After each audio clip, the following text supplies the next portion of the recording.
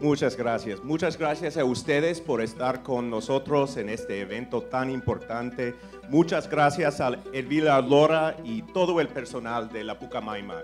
Me quedo muy impresionado con el trabajo de esta universidad en cuanto a las comunicaciones, en cuanto a la educación. Yo he dado talleres antes en la Pucamaima en Santiago de Caballeros y me encanta este país. He estado aquí cuatro veces antes y no tanto como el señor Tejedor, pero bastante. Y antes de nada, quiero pedir disculpas. Quiero pedir disculpas por mi muy mal español. Siempre digo que hablo español como bailo la salsa. Con muy buen espíritu, pero con muchos errores. Entonces espero que me perdonen mis errores. Y uno estoy seguro que voy a sufrir es la palabra alfabetización. Es la palabra más difícil de pronunciar en español y voy a tener que decirlo como 100 veces durante este discurso. Bueno, espero también que todos ustedes estaban ayer anoche durante la ponencia magistral de Santiago Tejedor. Yo creo que nos ha tejido, si puedo decir, una gran visión del futuro de las comunicaciones y de la sociedad entera. Hoy día vamos a hablar un poquito más específicamente sobre alfabetización de medios, alfabetización mediática.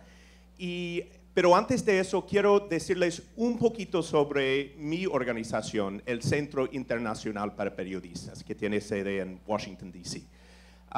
Bueno, el centro tiene 35 años más o menos, trabajando en todas partes del mundo para ayudar a los periodistas en mejor informar a sus audiencias en cualquier manera que sea necesario. Tenemos, a ver, creo que, sí, muy bien. Trabajamos en 5 áreas, sobre todo.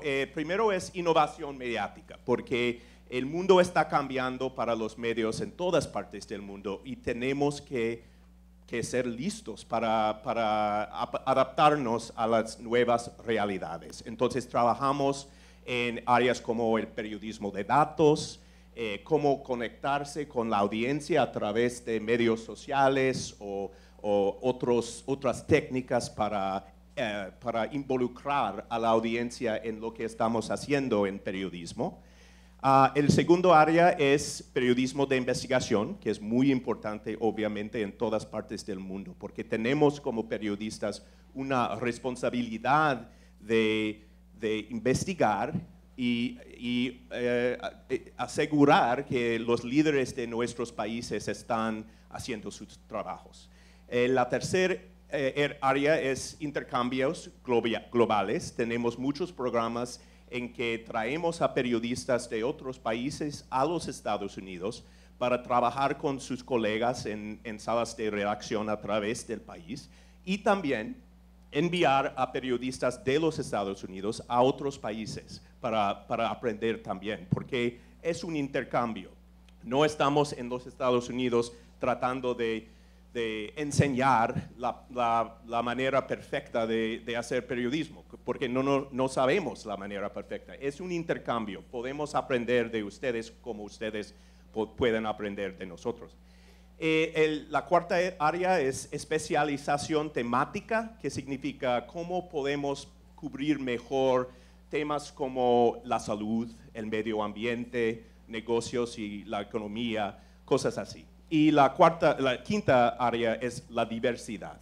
Tratamos de ampliar las voces en los medios de comunicación de los que muchas veces no tienen voz, que puede ser las mujeres en muchos ejemplos, no tanto acá como en países del mundo árabe, por ejemplo, donde es muy importante que abrimos los medios de comunicación a mujeres.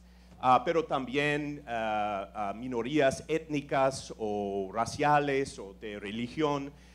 Todas esas áreas estamos tratando de no solamente traer a más personas a los medios de comunicación, pero también a cambiar la manera en que cubrimos las cosas que están importantes para mujeres, para minorías, etc. Entonces, esas 3 áreas. Voy a señalar algunos programas específicos. Tenemos un programa que se llama el Knight International Press Journalism Fellowships, que es un programa patrocinado por la Fundación Knight, que tiene su sede en Miami, y también por la Fundación Gates, Bill Gates. Y en este programa tenemos más o menos 25 personas que están trabajando en muchos países del mundo por 1 año o más, por lo menos 1 año. Cada uno en un proyecto específico, sobre todo para innovación digital. Y para señalar los que están trabajando o recientemente han trabajado en América Latina, Janine Warner es un Knight Fellow trabajando a través de América Latina sobre modelos de negocios para medios digitales, porque estamos viendo que hay muchos medios nuevos surgiendo, muchas veces en casos en que la prensa, los medios tradicionales no pueden hacer lo que deben hacer a causa de restricciones del gobierno. Entonces ella trata de ayudarlos en buscar nuevos modelos de financiarse y hacerse más sustentable.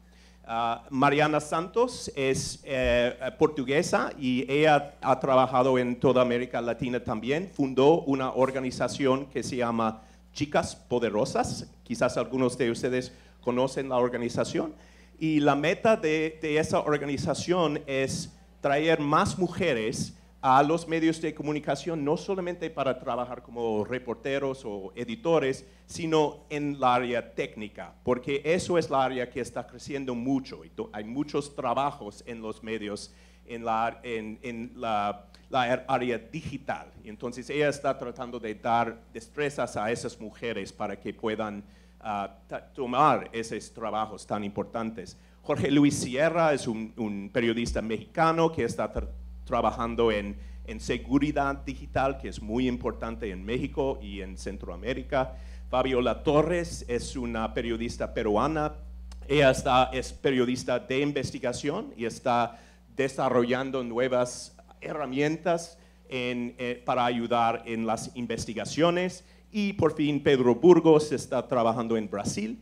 Él está ayudando a los medios a medir su impacto en la sociedad, que es muy importante que podemos mostrar a nuestras audiencias que no solamente que podemos entretener, que también el trabajo de los medios puede tener un impacto grande en la sociedad. Sobre periodismo de investigación, tenemos una red de periodistas en toda América Latina. Trabajamos con una organización con sede en Bogotá, Colombia, que se llama Conectas, y esa organización es una red de periodistas en todos los países de América Latina y trabajan juntos tras fronteras en proyectos de investigación. Acabamos de tener lo que llamamos un investigatón aquí en Santo Domingo la semana pasada, y participaron periodistas de más o menos 14 países y están desarrollando nuevos proyectos para cubrir corrupción, crimen organizado, cosas así tras fronteras. Y otra vez estábamos trabajando en eso con la Pucamaima, con Elvira. Y intercambios, tenemos un intercambio para emprendedores en medios digitales de América Latina. Otra vez traemos a esos periodistas como las dos aquí a trabajar en medios en los Estados Unidos y aprender y enseñar, y también enviamos a sus anfitriones a países de América Latina también. Entonces, esos son un poquito algunos de los programas que estamos haciendo en América Latina. Tenemos un sitio web que es muy importante para los que trabajan en medios o trabajan en las escuelas de comunicación, que se llama IJNet. Es un sitio web en 7 lenguas, incluyendo español, y es un sitio en que damos información sobre las tendencias en los medios, cómo puedes, por ejemplo, hacer mejor periodismo de datos, cómo puedes mejor proteger sus comunicaciones de los que quieren hacer mal con las comunicaciones con sus computadoras, etc. Y también tiene oportunidades para periodistas o estudiantes de periodismo en estudiar, en buscar programas como pasantías o programas de capacitación en los Estados Unidos, en Inglaterra, en América Latina. Entonces, eso es muy recomendado que ustedes busquen ese sitio web que es ijnet.org. Bueno, yo soy periodista. ¿Y qué hacen los periodistas? Salen a la calle para entrevistar, ¿no? Eso es un trabajo muy importante de los periodistas. Y eso es lo que yo hice el lunes aquí en Santo Domingo. Quería entrevistar a jóvenes de este país sobre el tópico, el tema del día. Cómo accesan la información, las noticias, y qué hacen cuando encuentran esas noticias. Entonces fui a algunas escuelas cuando estaban liberando por el fin del día para entrevistar a jóvenes. Y lo que me dijeron no me sorprendió en algunos sentidos, en otros sí. La primera pregunta que tenía yo era, ¿cómo ustedes consiguen información sobre lo que está pasando en tus comunidades, en tu país, en el mundo? Y sin excepción, todos me dijeron que es a través de redes sociales, ¿no? A través de sus amigos, entonces, sobre todo en Facebook, pero también en Instagram. Ninguno de ellos, ni uno, dijo que leo el periódico o busco el sitio internet del periódico. Ninguno dijo que recibo noticias a través de canales de televisión, aunque miran canales de televisión, pero más para farándula, para entretenimiento, deportes, cosas así. Después les pregunté, bueno, cuando ves algo en su Facebook sobre una noticia, ¿cómo sabes si es verdad o es falsa? Y bueno, ellos olían una trampa quizás. Y me dijeron, la mayoría me dijeron que bueno, si viene de un amigo mío, tengo confianza, ¿no? Porque es un amigo y debe de saber si es verdad o no. Y después les pregunté, ok, y cuando sigues el enlace del Facebook, ¿qué haces? ¿Lees toda la historia? ¿Ves quién lo escribió, etcétera? La mayoría dijeron que, bueno, no, leo el titular, veo la foto y eso es todo. Y después, ¿saben si la noticia está pagado por algún anunciante o es periodismo independiente? No tenían la menor idea de eso. O si la noticia está sesgada por algún interés de algún punto de vista, un partido político, etcétera, tampoco. Entonces, ¿por qué hice eso? Es para ilustrar la necesidad de educar a los jóvenes de este país y de todos los países, porque, como les dije, no es sorprendente lo que descubrí. Es igual en mi país, en España, en cualquier país. Entonces, estos jóvenes muy pronto van a tener que tomar decisiones muy importantes sobre la gobernanza de este país, sobre sus vidas, cómo van a ganar dinero, cómo van a vivir vidas sanas. Y para hacer eso necesitan información. Y entonces el problema muy serio que enfrentamos nosotros en este país y en todos los países del mundo es cómo podemos educar a los jóvenes en mejor analizar las fuentes de información para mejor saber cuáles son verdaderas, cuáles son falsas, cuáles son confiables, cuáles no. Y vivimos ahora en una época de desinformación que viene de tantas fuentes de información, de nuestras redes sociales, de la televisión, sobre todo el cable que está multiplicando las fuentes en la televisión, de blogs, de medios de comunicación tradicionales, y es muy difícil entender cómo puedo manejar tantas fuentes de información.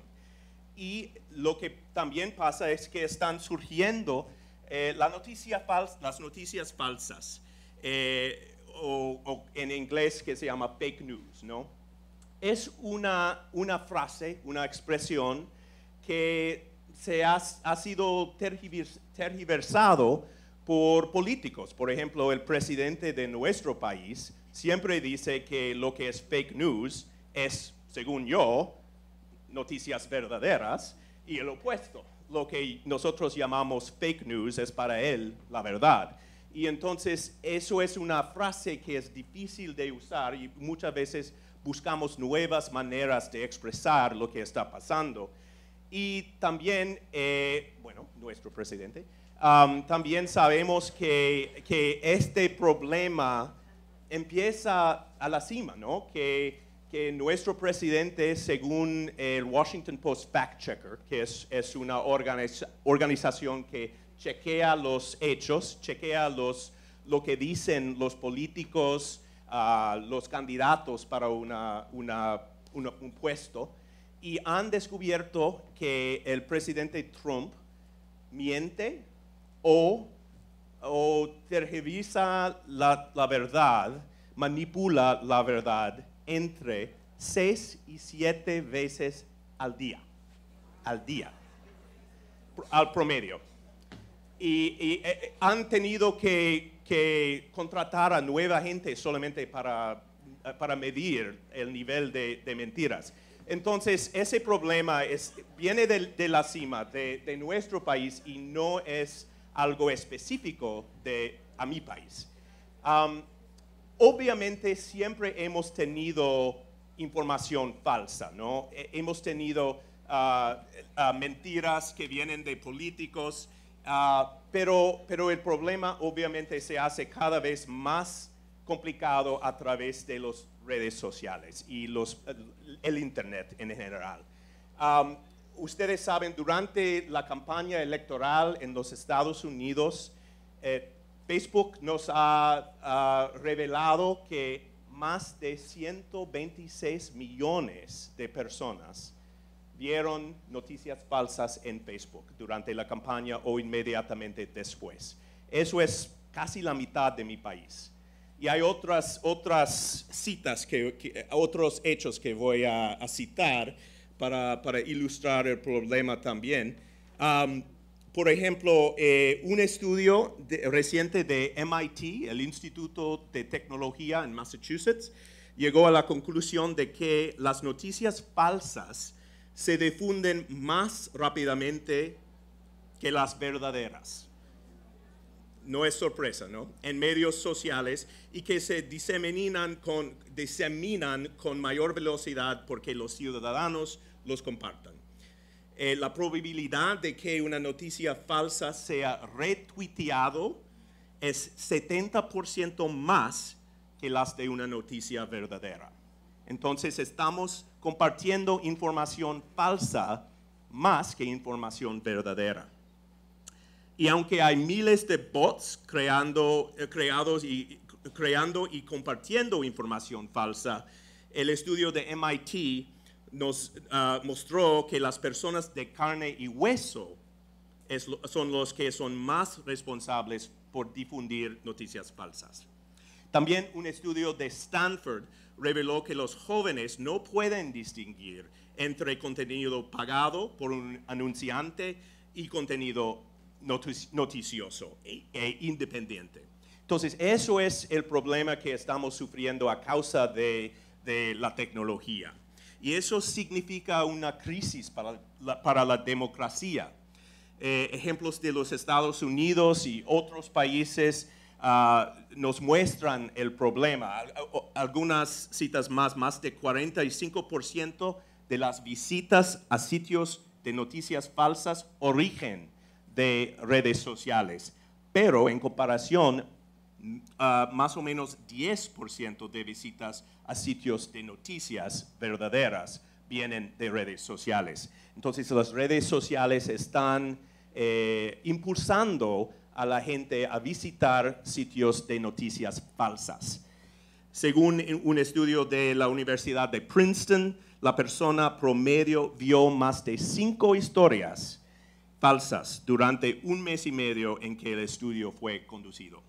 Entonces, no voy a dar más estadísticas, pero solo es para ilustrar el problema, y no estoy hablando solamente de los Estados Unidos. Está pasando aquí también. Está pasando a través de América Latina, a través del mundo. Quizás no es bots de Rusia que están tratando de influir las elecciones, pero alguien tiene un interés en usar las mismas técnicas aquí y en otros países de América Latina. Y hay muchos ejemplos. Por ejemplo, en México había un ejemplo durante el sismo del año pasado. Cuando las noticias en WhatsApp es otra red social que es muy importante en esta discusión.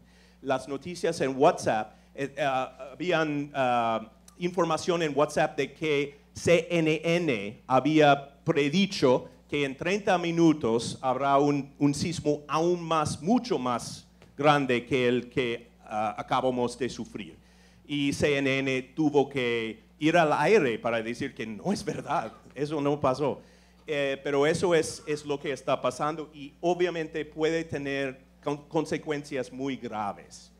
Aquí en República Dominicana, hace algunos años había un caso en que el partido PRD tuvo que ir a Twitter para desmentir la noticia que estaba circulando por redes sociales, que estaban llamando al público a protestar las elecciones. No era verdad, y tuvieron que ir a Twitter para desmentirlo. Y había un caso que quizás muchos de ustedes van a recordar, un caso en que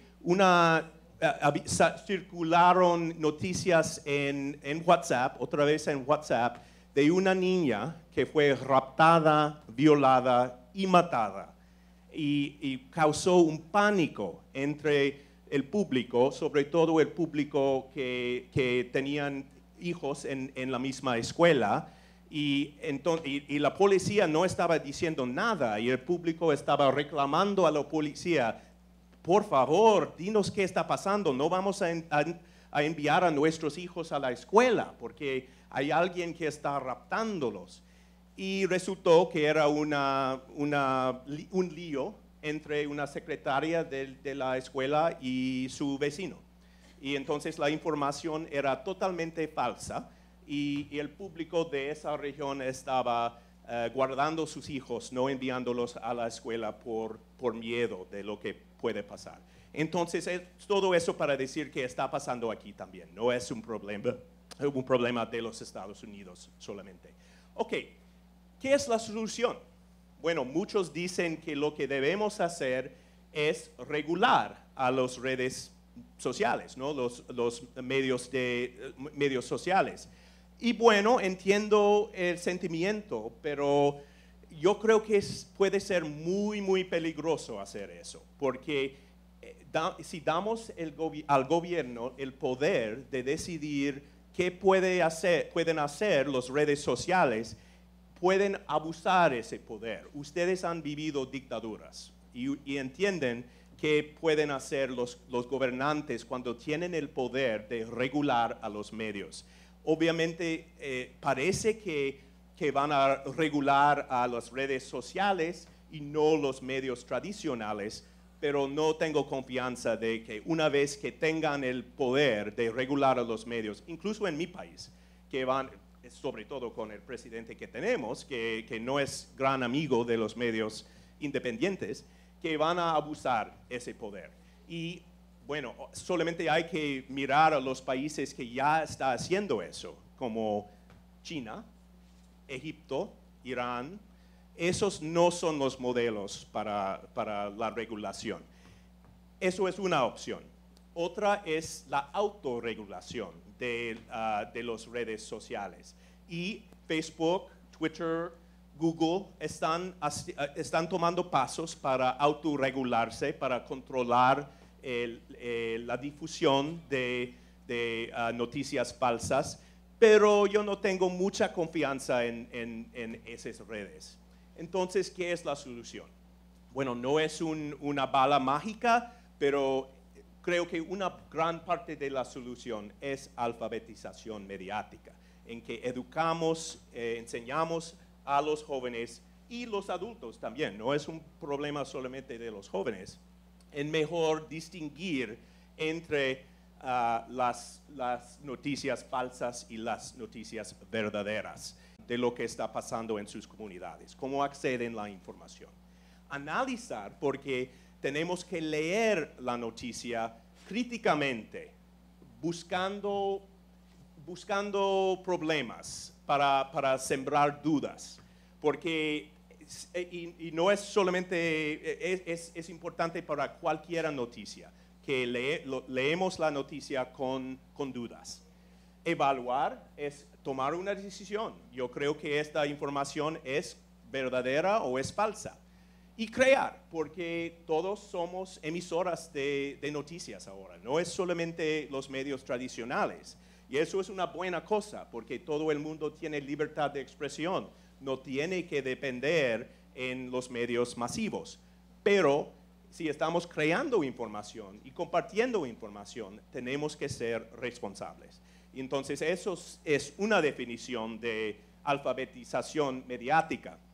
Y el término alfabetización mediática o alfabetización de medios es un poquito controversial en el sentido de que muchos periodistas creen que una mejor palabra sería alfabetización de noticias. Y eso es porque no estamos hablando solamente de medios en generales, no estamos hablando de por ejemplo, farándula, de cultura pop y cosas así. Estamos hablando de noticias. Entonces, algunos usan el término alfabetización mediática o de medios, otros el término alfabetización de noticias para quizás enfocarlo un poquito más.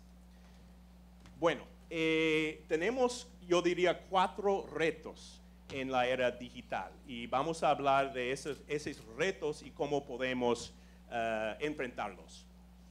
Primero, hemos hablado de la sobrecarga de información nos hace más difícil distinguir lo veraz de lo falso, obviamente. Eso es lo que hemos hablado durante todo el día so far. Segundo, nuevas tecnologías hacen más fácil la difusión de información e imágenes manipuladas que pueden parecer verdaderos. Y vamos a ver algunos ejemplos de eso. Obviamente ustedes han visto fotos que obviamente fueron manipulados y cada vez más videos también. No es difícil ahora manipular los videos. Y eso es muy peligroso porque algunas veces es obvio, otras veces nos puede engañar. Tercer, el conflicto entre la velocidad y la exactitud se ha acelerado. Eso es obvio, porque si yo soy periodista, y cuando yo era periodista trabajando por medios de comunicación en los Estados Unidos, tuve que ir a la calle, reportar mi historia, regresar a la sala de redacción, escribirlo, esperar para el editor, para revisarlo. Y fin, entonces puede pasar como, y va a ser publicado el próximo día. Puede pasar como 20 horas desde el momento en que reporté la historia y la publicación. Ahora, si yo soy periodista, tengo que hacer esto, todavía tengo que hacer eso, pero también tengo que ponerlo en redes sociales, tengo que escribir un blog sobre el tema, tengo que sacar fotos, tengo que sacar video, y entonces hay tanta presión para publicar, para ser primero, para tener la primicia. Hay una expresión que tenemos en periodismo que es, quiero ser primero, pero primero quiero ser exacto, preciso. Y esa expresión todavía es vigente, pero es cada vez más difícil. Y 4, los medios sociales nos ayudan en escoger solamente las noticias que apoyan nuestras creencias. Eso es lo que se llama la cámara de ecos, la cámara de reverberación, algo así. Y eso es que seleccionamos a nuestros socios en redes sociales que están de acuerdo con nosotros. Si yo soy republicano en los Estados Unidos, casi la mayoría de mis amigos son también, y al revés. Entonces, esos son algunos de los retos que confrontamos en la alfabetización mediática. Bueno, este mapa viene de UNESCO y es sobre los cinco leyes sobre alfabetización mediática.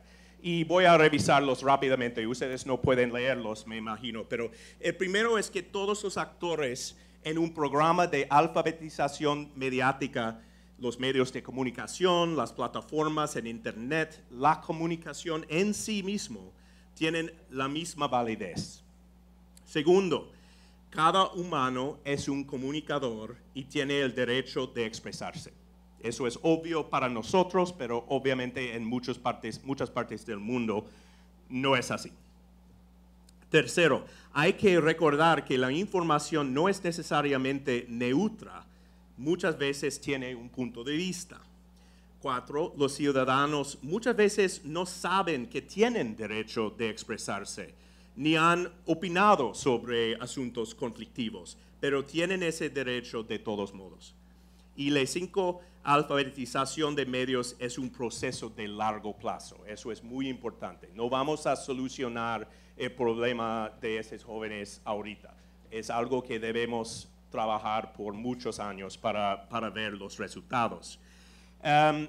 Y otra cosa es, otra idea viene de First Draft, que es un esfuerzo de Harvard University en los Estados Unidos, en que han identificado 7 tipos de mala información o de desinformación, y ustedes pueden leer estos, creo. Primero, sátira o parodia.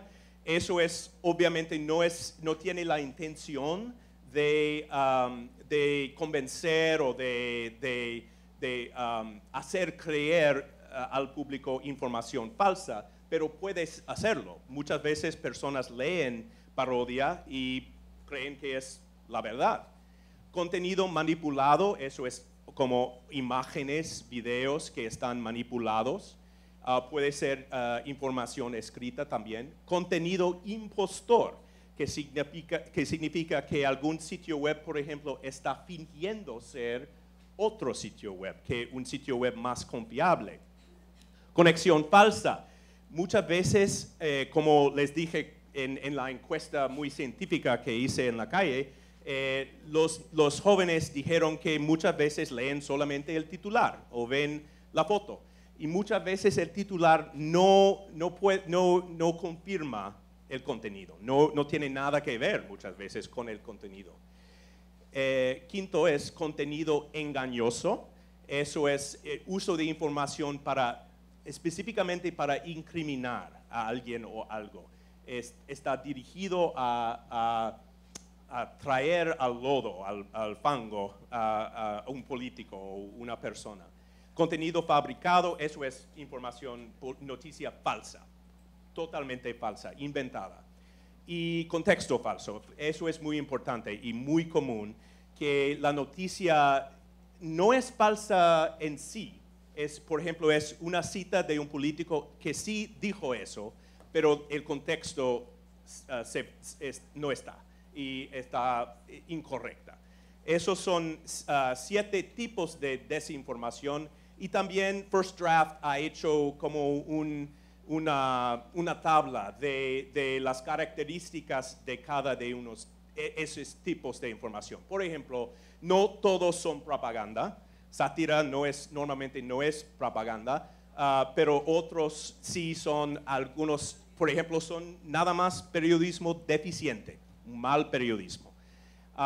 Eso es interesante, pero no es tan importante. Pero para dar algunos ejemplos, ¿cuántos vieron el video de Obama en que parecía que estaba hablando muy, muy mal del presidente Trump y resultó que era una invención? del cómico Jordan Peele, el director de la película Get Out. ¿Han visto la película Get Out? Bueno, Jordan Peele hizo una manipulación de un video del presidente Obama, con la permisión de Obama, para mostrar qué fácil es manipular el video. Y parecía que Obama estaba hablando de presidente Trump como muy mal, bueno, y obviamente estoy seguro que Obama cree que Trump es muy mal, pero no lo ha dicho.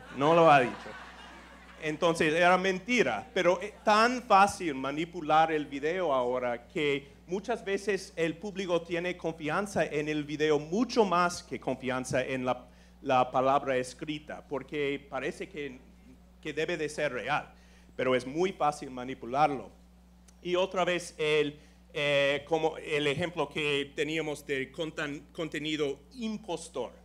Eso es supuestamente una historia en ABC News, una de las cadenas más grandes de los Estados Unidos, de un manifestante contra Trump que dijo que me pagaron $3,500 para hacer la manifestación en un evento de Trump. Bueno, pero mira, abcnews.com.co, ¿qué suena? .co es Colombia. Obviamente, ABC News de Estados Unidos no viene de Colombia. Y entonces es otra técnica de alfabetización mediática, es enseñar cómo leer nada más los sitios web. Muchas veces podemos ver que la información no viene de una fuente confiable, porque no existe abcnews.com.co. Bueno, son ejemplos nada más. Estos son algunas sugerencias, algunos consejos sobre cómo mejor reconocer la noticia falsa. Es otra cosa que podemos usar en alfabetización mediática para ayudar a los jóvenes. Primero, lean más del encabezado y el primer párrafo, porque muchas veces hay información muy importante detrás. Asegúrate que el medio no sea de parodia o noticias falsas. Comprueba la fecha, hora de publicación y fuentes. Busca inconsistencias. Por ejemplo, si la fecha es de 1998 y es una manifestación contra los israelíes o algo así, que alguien quiere usar para comprobar que los palestinos están haciendo no sé qué, entonces obviamente es falso. O quizás que las fuentes, quizás hay solamente una fuente, y todos que trabajamos en periodismo sabemos que hay que tener más que una fuente para cualquier cosa. 4, investiga otros medios, reportan lo mismo. Por ejemplo, si voy de Facebook a un sitio web y no conozco el sitio web, eso me plantea dudas. Y entonces voy a buscar en medios en que sí tengo confianza para averiguar si están haciendo lo mismo. ¿Quién es el autor? Muchas veces no hay autor. Y esto también es un señal de que quizás algo no está correcto aquí. Sin importar sus creencias, consulta información responsable. Tenemos que tener en la mente siempre nuestras preferencias, nuestros nuestras puntos de vista y cómo nos influyen. Por ejemplo, si yo soy de un partido político y leo alguna noticia que no es muy bueno para mi partido político, voy a tener dudas por mis puntos de vista. Y entonces hay que siempre tener en la mente que tengo mis propios puntos de vista que pueden tergiversar.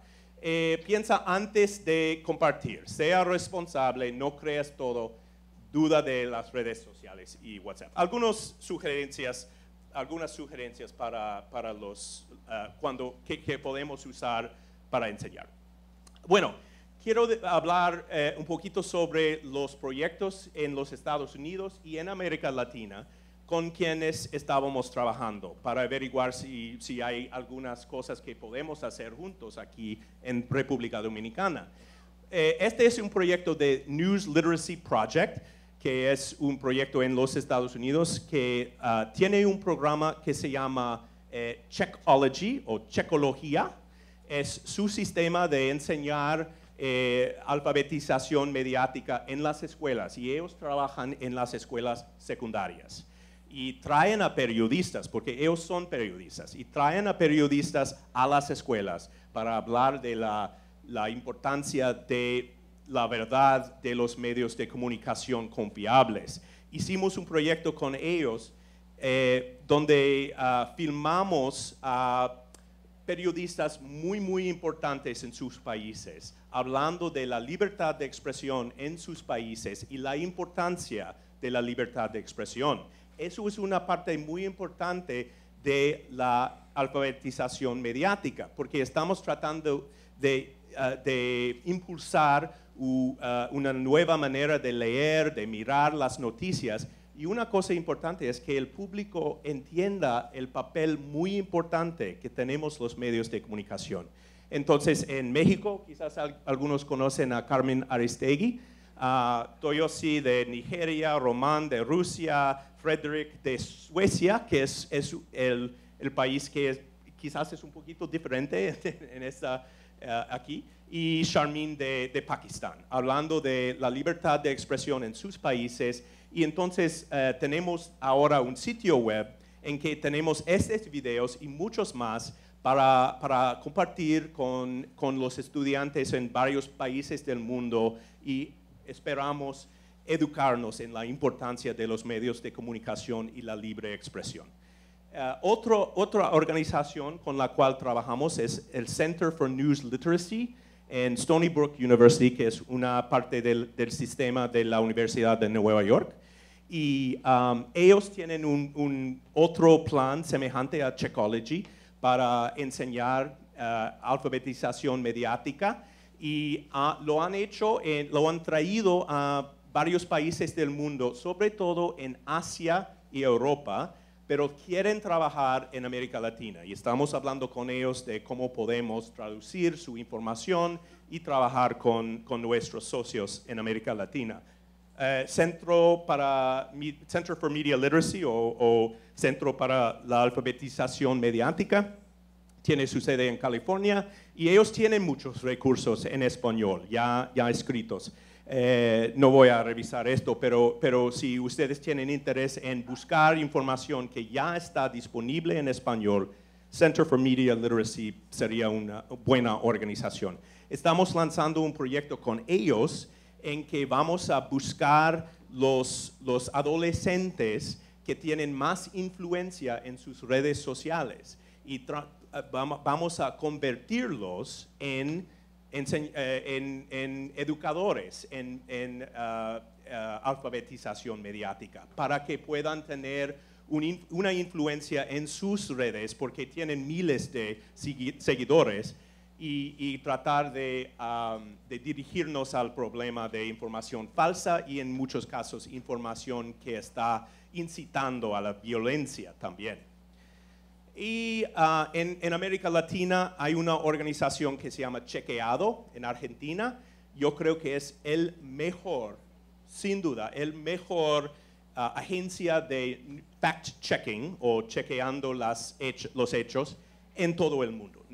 Es mejor que el Washington Post, mejor que cualquier organización. Ellos son los mejores, son muy innovadores.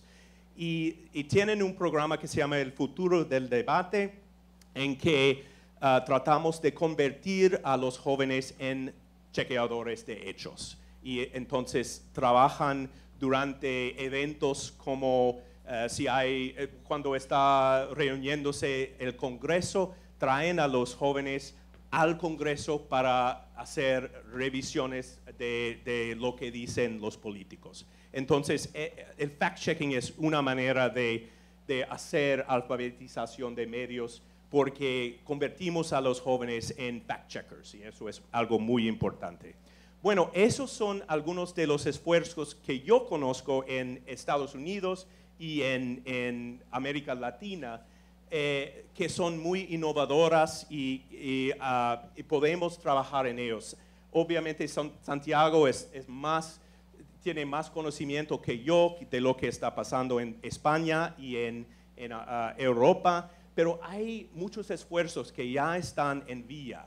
Y cuando empezamos algo aquí en República Dominicana, que es nuestro objetivo, estoy hablando con Elvira y con otros aquí sobre cómo podemos lanzar un esfuerzo aquí en República Dominicana. Y hay algunos esfuerzos en que podemos aliarnos para hacerlo aquí. Y es un trabajo no solamente de la universidad, obviamente los educadores tienen un gran papel en lanzar un programa de alfabetización mediática. Es trabajo también de los periodistas, porque nosotros los periodistas tienen que estar en las escuelas hablando a los jóvenes del papel que tenemos. Eso es lo que hace, por ejemplo, el News Literacy Project, es un programa de periodismo. También involucra al gobierno. El gobierno tiene un papel muy importante también, porque en muchos países el gobierno está requiriendo que hay un currículum en las escuelas secundarias o puede ser en las universidades de alfabetización mediática. Entonces el gobierno tiene un papel muy importante. Y obviamente el público también, porque los padres tienen que aceptar, tienen que querer que sus jóvenes aprendan mejor cómo distinguir la información falsa de la información veraz. Bueno, voy a terminar allá y decir que estamos aquí para ayudar. Si hay algo que ustedes deciden que quieren lanzar, que quieren empezar aquí en República Dominicana, y como les dije, ya estamos haciéndolo con la Pucamaima, entonces estamos aquí para ayudar y estamos listos a tomar parte en lo que hacen ustedes. Bueno, muchas gracias a ustedes y creo que si hay tiempo podemos tomar preguntas y Santiago, por favor, ven y podemos contestar preguntas si alguien tiene y si hay espacio, no sé si hay. Corto, muy corto, ok. Bueno, ¿alguien tiene una pregunta para mí o para Santiago?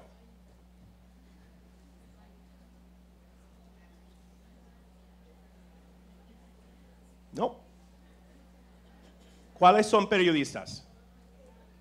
No, pocos, pero los periodistas deben tener preguntas. Eso es una parte del periodismo. Siempre preguntas. Okay, muy bien. No soy periodista. Okay. Yo quisiera saber, porque es algo que corresponde a los grandes dilemas morales, éticos, el tema de la búsqueda de información con algún elemento encubierto, o sea, cámara escondida, buscar un entrevistador encubierto. Sí. ¿Qué tal lo manejan ustedes ya, la parte ética de esa parte? Muy buena pregunta y trabajamos mucho en la ética periodística también. De hecho, la primera vez que estuve en República Dominicana, en 2000, creo que 2001, estaba para dar un taller sobre ética periodística. Y esos casos de esconderse para conseguir información, del uso de cámaras escondidas, eso es muy importante y, bueno, tenemos una crisis en la confianza del público en los medios de comunicación. Y una parte de eso es el uso de fuentes anónimas, de cámaras escondidas, de técnicas que son en que el público no sabe exactamente qué estamos haciendo. Algunas veces es necesario, yo creo. Sí. Algunas veces es la única manera de conseguir información. Por ejemplo, si yo quiero hay un ejemplo de los Estados Unidos en que los que alquilan apartamentos, según la ley, no pueden discriminar contra personas de una raza u otra. Y entonces un medio de comunicación hizo un reportaje escondido en que personas personas negras fueron a alquilar un apartamento y con cámara escondida en la gorra. Y el que estaba rentando el apartamento dijo, lastimosamente no hay. Alguien vino y acaba de alquilar el último. Lástima, pero lo siento. Y entonces viene una persona blanca con cámara escondida en la gorra. Estoy buscando un apartamento, ¿puedo alquilar? Sí, claro, voy a mostrártelo. Y entonces eso era una manera de comprobar que es un problema muy serio, que todavía los que alquilan apartamentos están discriminando. Y no había ninguna otra manera de hacerlo, además de usar cámaras escondidas. Pero es algo, tienes que tener mucho cuidado con eso, porque yo creo que es una razón por la cual el público no tiene mucha confianza en los medios, porque usan técnicas un poquito sí, eso es. Sí. No queremos poner una periodista en una situación en que va a recibir castigo, puede ser la cárcel, puede ser quizás algo mucho más serio. Por ejemplo, en México, si una periodista reporta sobre, no tanto como el gobierno federal, pero si un periodista en una área local reporta sobre lo que su alcalde dijo y lo reporta como falsa, puede ser asesinado. Entonces, eso sí, no queremos impulsar a los periodistas en hacer más que pueden hacer para ser seguros. Pero hay algunas técnicas. Una técnica que se ha usado mucho en Colombia durante el conflicto de Colombia es que un solo periodista no publica la noticia. Estoy abandonando la primicia en ese caso, pero puedo trabajar con otros medios de comunicación, y eso pasó en Colombia, donde los medios de comunicación estaban trabajando juntos para publicar información que sería muy peligroso para un solo medio o un solo reportero, pero para 5 o 6 medios, si publicaron la información a la vez, entonces había protección. Es una de las técnicas que quizás pueden usar, pero por eso hay que tener una colaboración entre el gremio, y eso muchas veces no existe. Bueno, muchas gracias a ustedes. Es un placer estar con ustedes. Muchas gracias.